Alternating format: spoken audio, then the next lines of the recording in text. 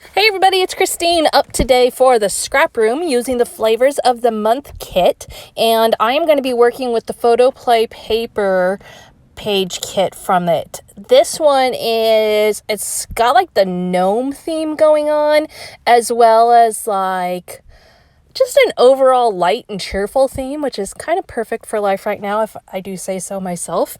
I decided to use it to tell a little bit about the stories of my two little boys. So what I'm going to do is I'm going to dig into my stash of tools, and I am going to use this letter board. And what this is it's a punch board from We Are Memory Keepers. It came out several years ago. And it cuts really big letters. So what I wanted to do was create a really big title, but I know a lot of times we use our electronic cutting machines for that, and I just wanted to do something different today.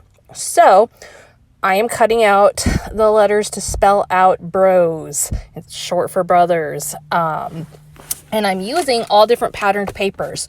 One of my goals with this, and one of the reasons I went with this tool specifically, is because I wanted to use and highlight the really cool patterned papers in this page kit.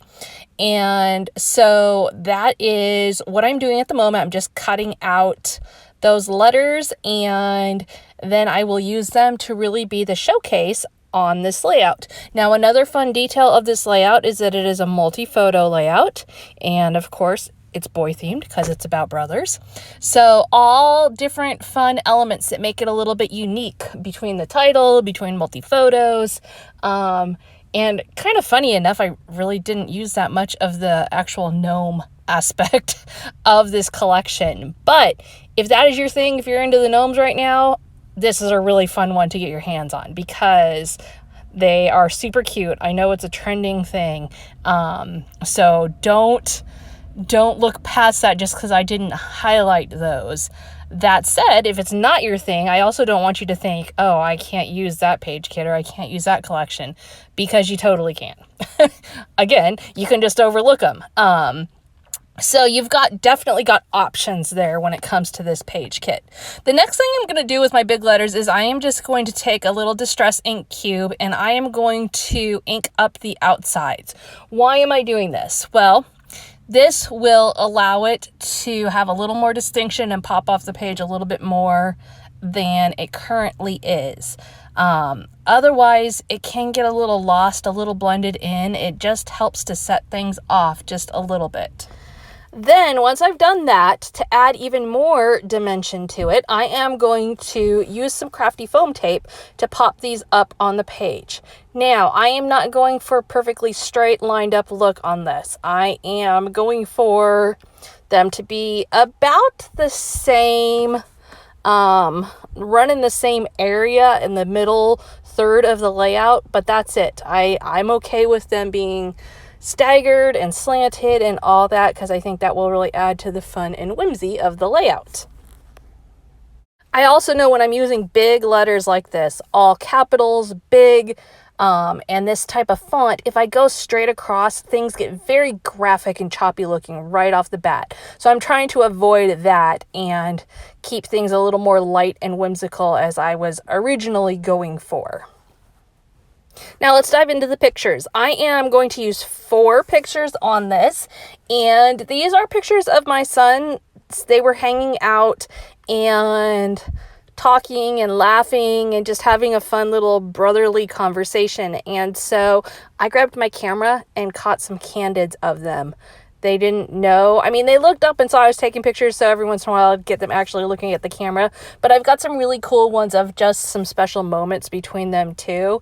And I loved how they turned out, especially because I just liked how they were looking at each other in the pictures. The eyes that show the love between them. So that is what I'm using. And I couldn't pick less than 4 because I just liked them all.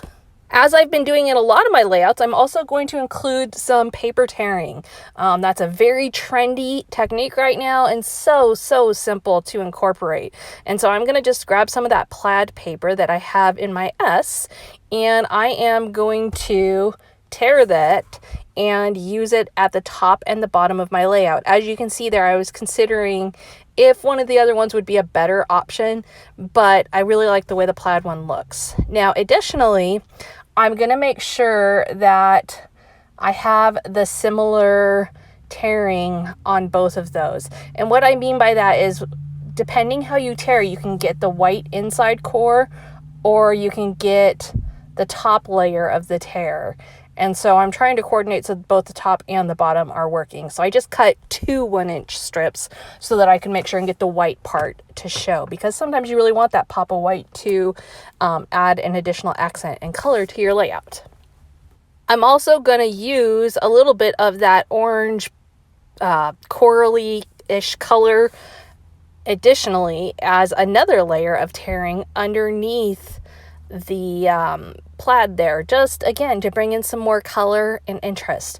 All these things come together, the multi-photos, the big title, the borders with significant technique in them, to make it so that your embellishing can be a little less and your layout still has a really complete feel without having to do too many things or add too many things.